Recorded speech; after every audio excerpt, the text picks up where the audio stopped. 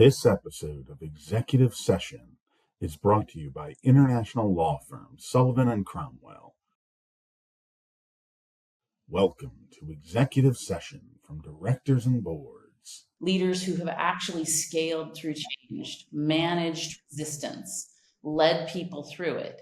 Leaders that are familiar with what will be the largest workforce ever between Millennial and Gen Z. They will represent 75% of the world's workforce in less than 4 years.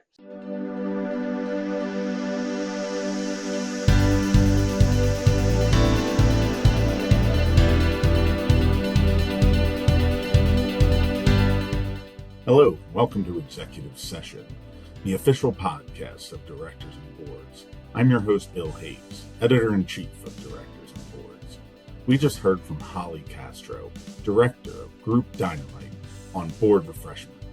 In this episode of Executive Session, we'll also explore governance committee trends and best practices with Lori-Ann Beausoleil and shareholder activism with Patrick Gadson.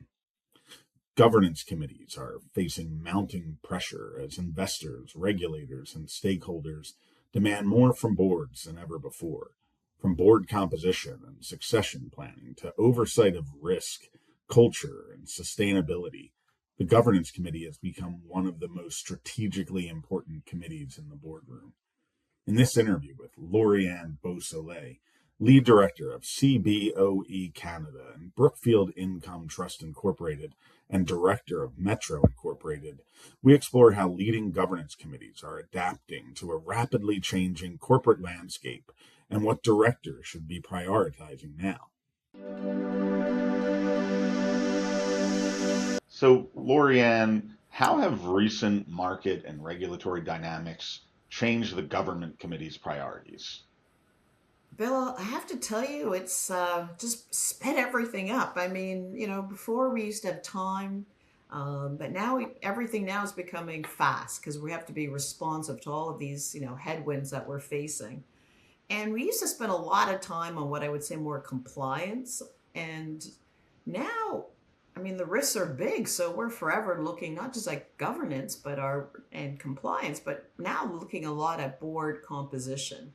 I mean, I sit on a variety of different sectors, a stock exchange, publicly traded companies, a university, and that external market is compressing the time that we as governance committees can respond to all of the things that we used to. And I'm telling you, speed does change how you operate, and it also changes what you need. But what I always say is the governance committee, can no longer just simply kind of work at their own pace. They really have to understand what's happening in the market and make sure we're asking all the right questions.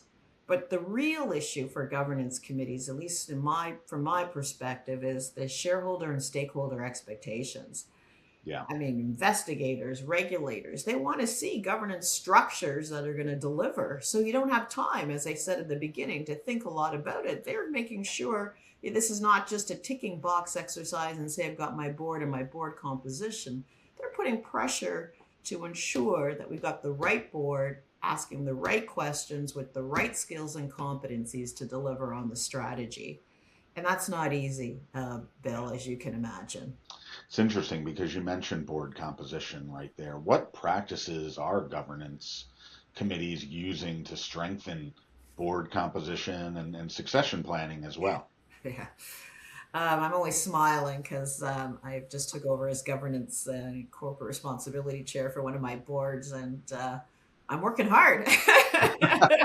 Gonna say, uh-oh. So it's the board skills matrix. I think what has happened is everybody will say we've got a skills matrix for publicly traded companies. We disclose such in our annual filings, what our board skills are. But guess what? It's no longer this annual process. It's a living document. As our strategy and risk change, sometimes the board composition has to change. We may not have the right competency. Great people at a particular point in time, but may not be the competency we need for the future. So what I'm really trying to encourage on my boards is this isn't an annual exercise. It's a regular. Is it quarterly? Perhaps not, depending on the organization and what's ahead. But if you really want to have the right people sitting in the seat to be able to address the actual strategic direction that we need, we can't wait for another year. So Yeah. sometimes we've got to make tough decisions, and that's hard. What's really hard, Bill, is to say, where are the gaps? We become a collective team, and there's certain teams that are good for certain types of environmental and types of risks and I'm going to call it headwinds. And then there's Yeah. some that are not. So the agility, the innovation. I mean, I don't. Well, we'll talk about AI, I'm sure, but so what I'm doing is it's not an annual exercise. We are maintaining an active pipeline, and we're really making sure that skills matrix is actually aligned to what we need to drive this organization forward. And skills, and it's not just skills. I also talk about tenure. Yes, boards have, certain, not all boards, but some you will have board limits. But tenure does impact when you're in this new world of, I'm going to say, agility. And the Yeah. next thing is I also look at independence because, that is a hot topic. Sometimes you don't need a lot of industry experience, but then sometimes you do, and we're ebbing and flowing. So I'm going to say to you, when I say the board skills matrix, I'm looking at the skills, but I'm also looking at tenure, I'm looking at independence, sector experience, diversity, and I mean that truly by the definition of we need different experiences around the boardroom table. So Yeah. yeah, I would say to you, it's not for the faint of heart, that's for sure. Definitely a lot that you have to juggle there, and you're finding Yes. that out as you sort of intimated earlier, right? And Yes. so you mentioned risk there as well. How is your committee integrating governance oversight with some of the broader corporate priorities, whether that be risk, culture, sustainability? What do you think? Well, I think what's happened historically, those were kind of for other committees. If you know what I mean, specifically Yeah. risk, it kind of sat in audit, but now there's so much operational board composition, management, CEO. Governance is no longer separate from risk, it's integrated. Culture, now that is the hardest one. You can't Mm. audit culture. Yeah. Um, and governance committees have got to start asking those tough questions. First of all, I talked about board composition and skills, but also there are certain board behaviors and styles that model themselves better for a culture that's going to be more transparent than others. So, one of the tough questions, now that gut culture is so big, I mean, in Canada, our financial governance body, OSFI, is all over the criticality of culture. Because if you don't have transparency and you don't have a culture that feels the psychological safety to escalate and raise issues, you as a board are at risk. But you as Mm. a board also have to have the right composition and communication skills to make sure management feels comfortable. Coming forward, we're going to work together. We're in the oversight business, but if we can't oversee if we don't know. Yeah. So I'm going to tell you the hardest part now is that culture. And this concept of psychological safety is also becoming a hot topic because how do you ensure that the culture that you're overseeing allows people to feel comfortable? And Mm. that's how do you do that without asking some of those tough questions and using other tools. So I would say that is definitely a new topic around the boardroom table and a very important topic, and one I'm going to tell you is getting a priority in all the boards that I'm on, because without it, the risk of failure is high. Yeah. Sus- Absolutely. Sustainability now is interesting. I've been so one of my the one that I chair, we're called the Governance Nominating Committee and Corporate Responsibility because we literally had to call out this sustainability requirement. It was kind of getting left. Yes, it Yeah. was on the board agenda, but we weren't having the conversations and at the committee level, the heavy lifting, if I can use that language. So, we've put it at a committee level, not just, for reviewing the sustainability, but also making sure we're complying. And if you can imagine, it's not easy, especially in today's world, to ensure that you're complying because it's difficult now to get your suppliers to respond.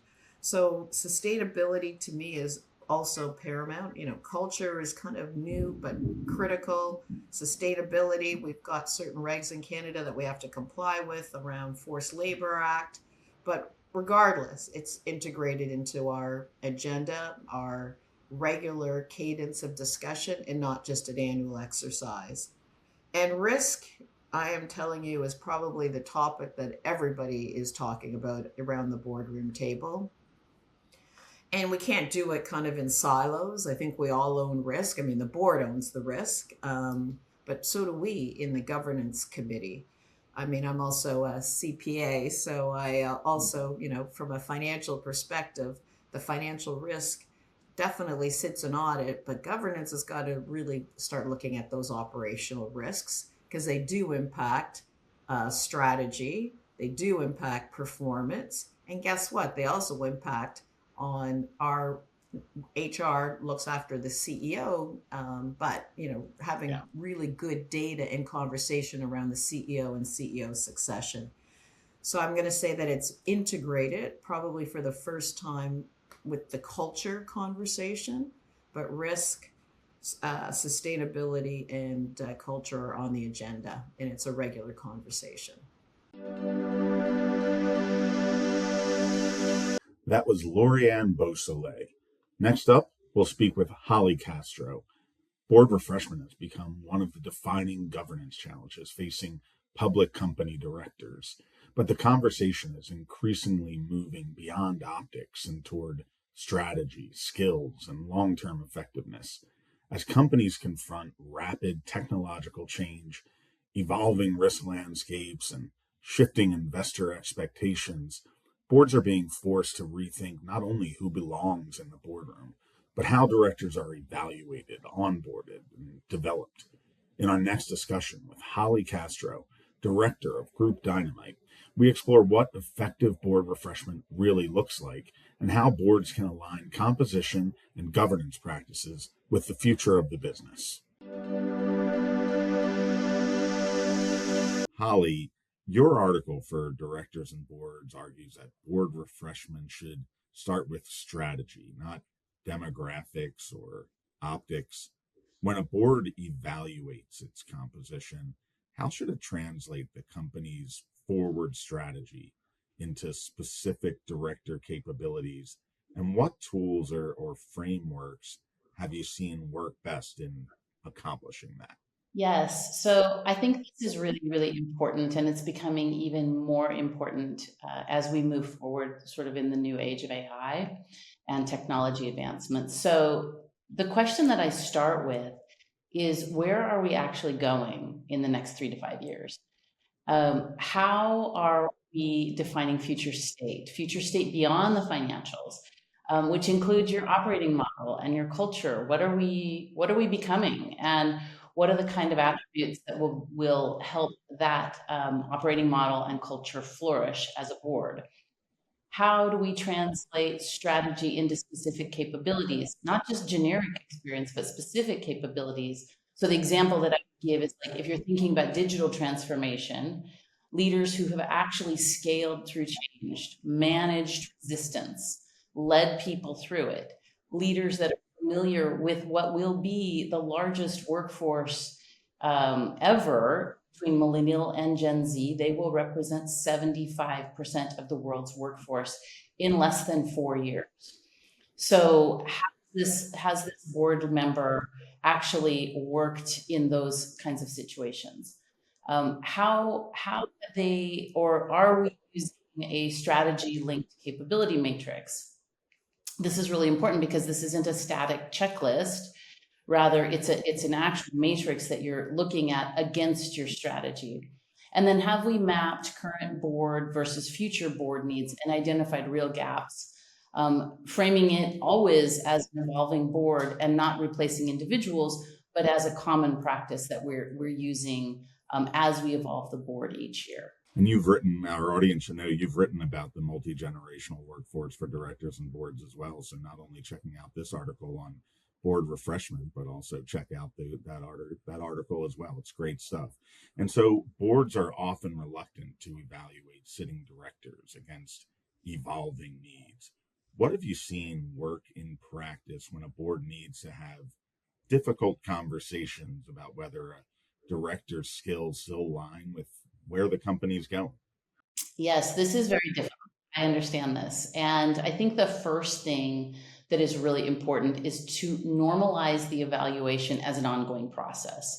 If it is normalized as an ongoing process and not a one-time event, then it's a much more sort of natural and less individualistic conversation and just part of the process that you're managing your board off of.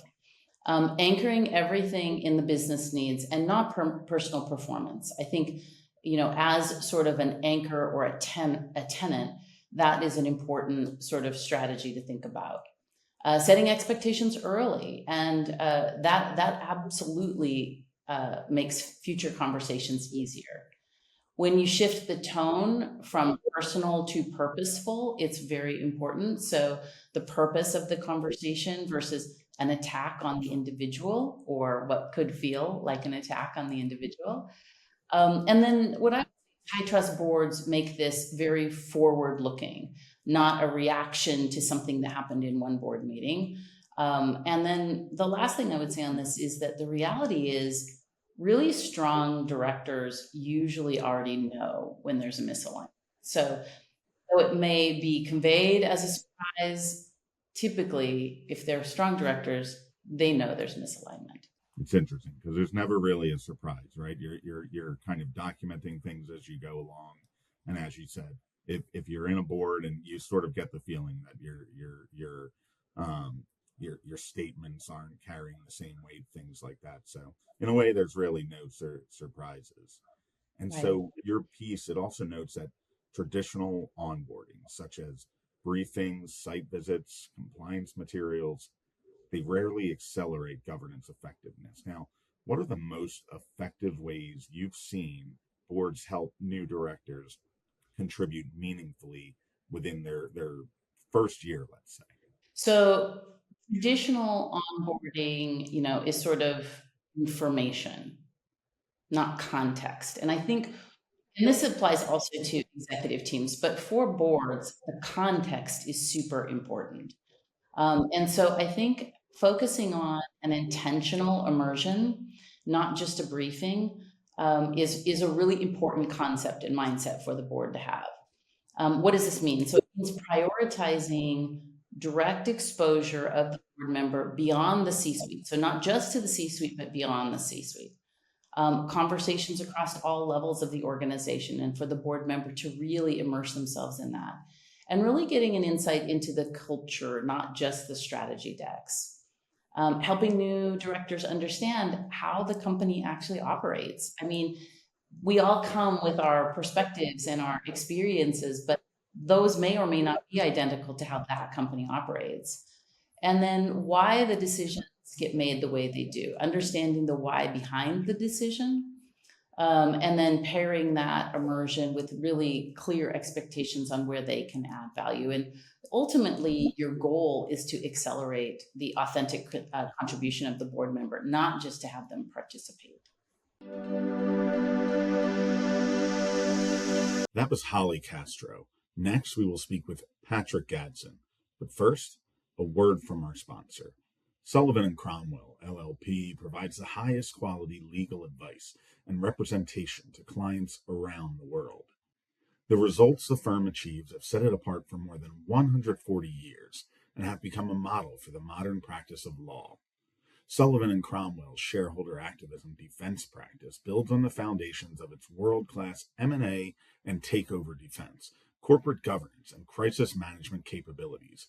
Over the past 10 proxy seasons, S&C's partners have led nearly 400 activism defense engagements for public companies of all sizes and across all industries, including proxy fights, withhold the vote campaigns, hostile bids, short attacks, and other special situations. Recognized as the only law firm in the world with 3 lawyers band ranked by Chambers for activism defense, S&C has the unparalleled ability to help its clients navigate the most challenging activist situations and contested transactions. For more information, visit www.solcrom.com. Now to our final interview. Shareholder activism is evolving, and increasingly the pressure on boards is coming not through full-scale proxy fights, but through targeted withhold campaigns aimed straight at directors. At the same time, activists are returning again and again to companies that have already faced scrutiny, raising difficult questions about whether boards are truly addressing the root causes of investor dissatisfaction. In today's discussion with Patrick Gadson, partner and co-head of Sullivan & Cromwell's shareholder activism practice, we examine what these trends signal about the changing activism landscape and what directors should take away from them. Patrick, we're seeing a rise in withhold campaigns as a form of activism. What's driving that shift, and how should boards interpret a withhold vote versus a traditional activist campaign? So historically, just context, right? Before recently, withhold campaigns weren't seen by activists to provide that much bang for your buck, right? It was more of a referendum. You could demonstrate that there was, at a minimum, what we'll call a lack of shareholder enthusiasm for current board members. But it's not like you were saying, hey, shareholders, here's an alternative. Vote for these people. If we win, the moment the last vote is tabulated, we have new folks in the board. Not how it works, right? So it has evolved from just a referendum to potentially being something that at first was used as sort of a wedge tool for settlements. So an activist would run what we'll call like a very formal withhold. File your proxy statement, collect cards that say, hey, we'll withhold on, John, Jane, and Mark, right? And then drive the shareholder support below what we'll call 70 to 60%. Take those results the day after the last vote is tabulated, and it's clear that there was a strong amount of support for your campaign, to the board, to management, and say, hey, I want to settle. I want to settle right now, and it's clear what we think we should get here, right? And shareholder support what we think we should get here, right? That has evolved into longer duration campaign, right? So what we've seen in the last couple of years at WEX and others, activists will surface before we'll call, 2025 annual meeting. And they'll say, we think that the following directors should step down. And we have a handful of names of people who we think would be better. If the following named directors don't step down, then we will run a fight next year, right? So a much longer runway, right? Now that runway has pros and cons. The pro is if you're an activist, you don't have to have names chambered, ready to go, who could enter the boardroom necessarily and would be willing to enter in an actual proxy contest. For those of us who've ever worked on the activist side, can definitely tell you, it's not really easy to find people who are willing to have their names on a card in a proxy contest and be subject to criticism and have companies hire investigators to go after that. That's not an easy thing to find necessarily. And if an activist runs a withhold with that longer runway, now you have the potential to source candidates that would be willing to enter into the boardroom if there's a settlement, right? And you have like a year before you have to really kickstart a real campaign. We'll call it 8 months before you have to kickstart a campaign after a previous year's annual meeting to accomplish that settlement with names of people who are really strong, who might not otherwise have even considered being part of an activist situation because they don't want to be part of a live fight. So that's the upside to it. The downside for the activist and the upside for the company is that if the activist has made not just remarks around who it thinks should step off the board, but operational challenges that it believes the company's had changes it thinks the company should make, etc. Right? The company then has 8 months to 9 months to implement those changes, and then say, you know what, we did it. No one has to step down because we did the thing. Right? We did the thing. No one has to step down anymore because the thing's done. Right? That if you're an activist and you think, well, they only did the thing because I told them what to do, and unless I sock puppet them for the remainder of the operations life cycle, like in perpetuity, they're not going to know what to do next. And look how much it costs me to get them to do it. I don't feel like going through this every single time. I, as the activist, feel like I know what they should do. I want people on the board who can do that for me, for all shareholders. Right? That's the idea, right? So, from a company's perspective, I'd say representing companies almost exclusively, 99% of the time in active situations, 99.8% of all ideas that activists bring that they think the company's never considered, the company's considered. They've stress tested, they've hired bankers, they've done all the stuff. You're not like coming in with something that you say, oh, you're so brilliant, why didn't we ever think it? Like, oh, have fewer people to sell as many things as we sell right now. Be more efficient. Well, we never thought. Yes, we've thought of it, right? There are cons with respect to scaling, and there are other intricate, we'll call it aspects of what the activists might suggest. And so, if the activist truly believes that it has better ideas, and it tips its hand as to what those ideas are, the activist might feel like the company is just going to do it. And then I'm not going to get any credit for it, and I don't feel like getting my treadmill.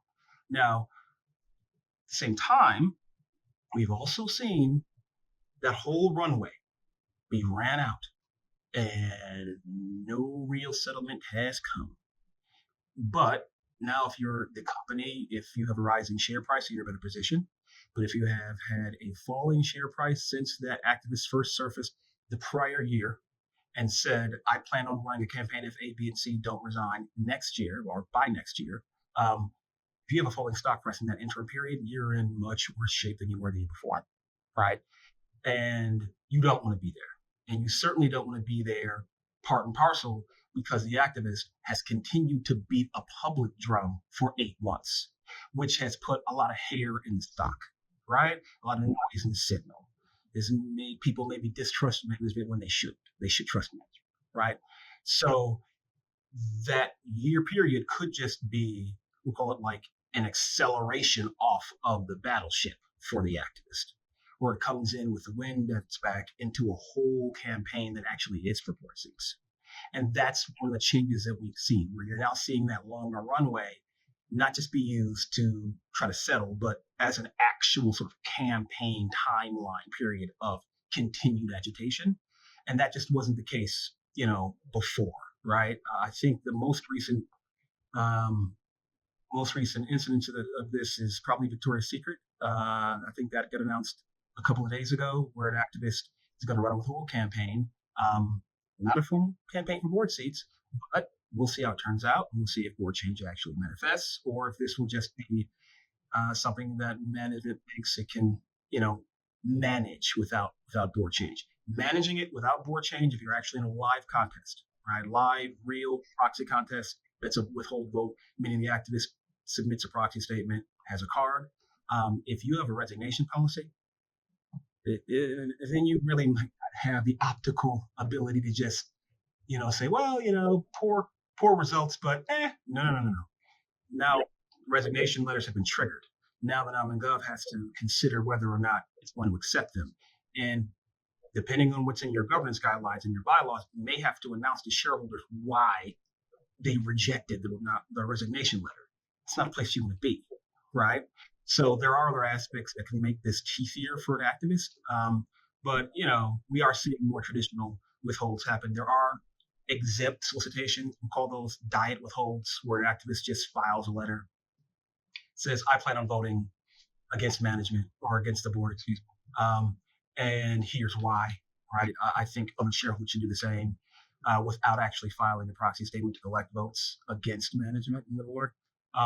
But those are even less aggressive than your true traditional withhold campaigns, where an activist files a proxy statement and collects votes. So let's talk about another noticeable trend that's out there, the trend of activists targeting companies that have already faced somewhat recent activism, right? It's kind of funny. Or it's not really funny, but it's interesting. It makes you feel like there was maybe a courtesy before, if you had some activists come in, now we're going to let you wait for a little bit. It seems like that's something that's not happening right now. Why are repeat targets so attractive? And what does that say about how boards are responding to that activism the first time around? So it's a great question. We are seeing more repeat players. I won't name any names because I may have a client or two in that bucket. Um, I think that part of this is target selection, right? So if there has been a company that is just by every metric underperformed, right? Um, and on top of that, maybe it has a business model that isn't super innovative so that its assets are really easy to model. The DCF analysis is really easy to model. Like you're able to predict on your sort of more classic value investor type of style how the company will actually perform on an operational basis for cash flow EBITDA in the near and long term. And for whatever reason, the company's still underperforming, right? Um, in those instances, those are probably considered to be juicy, very succulent targets for activists, right? Because the case for change is not going to be super exotic and tech heavy. And because if it is super exotic and tech heavy, that means it is also probably open to more uncertainty into the even short-term future. I mean, we're now seeing, certain asset classes take a beating based on academic papers that are released or fictional stories about AI that may be released. That probably wouldn't, that kind of company that'd be sensitive to that, not in this bucket, right? But if you're in the more classic value bucket, and you are, we call it, a more appetizing target, you might see repeat players and you might see, more than one activist. Now, I've always thought part of this is probably two-pronged. The first is if there's an activist already there in the activist community, I think that there's a very high confidence level among each of the respective major activists, right? Like they have high self-esteem, right? They think they're really, really smart, and they probably think they're smarter than your average mayor, right? So they probably think they're smarter than whomever is already activisting stuff at the company, okay? And so there is an element of, yeah, he's not me. Like, yeah, he's not me. I could do a better job than what he's doing. So I'll get in there, and then the board will really understand, and I'll be able to persuade them in a way that he can't, et cetera, right? So I think there is some of that. I also think there's an element of, well, maybe the current activist there just needs more help, right? Maybe, let's say the activist is a smaller fund. It's a public campaign, but it's a smaller fund. It's a fund that can't afford to scale its particular company up to 5%, right? If I am, a King Kong in terms of my balance sheet, and I can step in there with, $1 billion, $2 billion, $3 billion, right? And this other activist just doesn't have the wherewithal, then I could just be amplifying both by my presence, right? And by my exposure, the current activist thesis, right? So there could be, some of that, right? Big bank takes little bank type thing, right? Big fish helps little fish, right? There's also the potential for, in our business, what's called the occurrence of hedge fund hotel, where there's just, if you look at the shareholder base, 5 out of the top 10, 6 out of the top 10 are active funds and active funds, right? And that sort of shareholder base is more of like a Cerberus type of event, right? Where they are all kind of agitating and they are feeding off of each other, right? Sort of like a volleying effect in the campaign for change. And then you're in two situations. So from the activist perspective, there could be an ability to leverage all the other voices, even though you're not coordinating. You kind of know what they're saying. Maybe you have the same advisors, or you have part of the same advisors universe, And maybe those advisors are telling you, hey, I think maybe this other fund might, right? Like all of a sudden you're hearing other things about what may be happening, but you're not colluding, you're not acting in concert, you're not doing that because that would have securities rules aspects and you don't want to mess with, but you know what they're doing. And so you can kind of know if you're going to probably be successful as a collective, right? On the other side, if you're the issuer, if you're the company, even if you're dealing with multiple actors at once, there is a divide and conquer potential strategy there, right? Where okay, well, I only probably have to pick one of you. And the moment I pick one of you, the institutions that are in my base are going to say to the others of you, give the company and the activists that it actually selected, like the white squire, right? Give that an opportunity to play itself out. See if that works. Don't run a campaign. You run a campaign, we're not going to vote for you. The company signed up a settlement agreement, gave up 2 seats to, Acme Management LLC activist, and that needs time to not only, work its way through gestation, but change is not immediate. And the bigger the battleship, the longer it takes to pivot.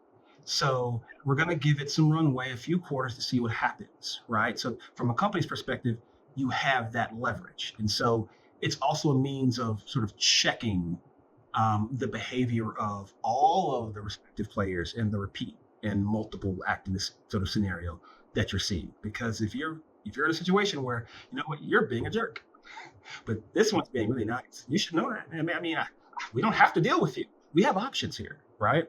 So there are ways for each side to sort of use the fact there are multiple players. But in a universe where, I don't think it's any secret, there are fewer public companies than there used to be. The private companies that will go from startup to, enormous company, they're taking much longer to list, right? So the universe of really ripe targets is probably smaller than it was 10, 15 years ago. And so I think all of that plays into why you're seeing multiple campaigns at the same target and multiple activists setting. Okay, everybody, so thank you so much to Patrick Gadson, Hollie Castro, and Lorianne Beausoleil. And thank you for joining us for this episode of Executive Session. Please look out for our next episode. And if you enjoyed this episode, make sure to share it with your friends and colleagues and let them know they can look for it on the Directors and Boards website. Also, make sure to check out directorsandboards.com, where you can get all the articles from our magazine, as well as so much more. You might also be interested in our weekly newsletter, which you can subscribe to at our website. And when you visit the site, make sure to check out all our back episodes of Executive Session, which are also available wherever you get podcasts. And for the videocast version of the show, you can check out the new Directors and Boards YouTube channel.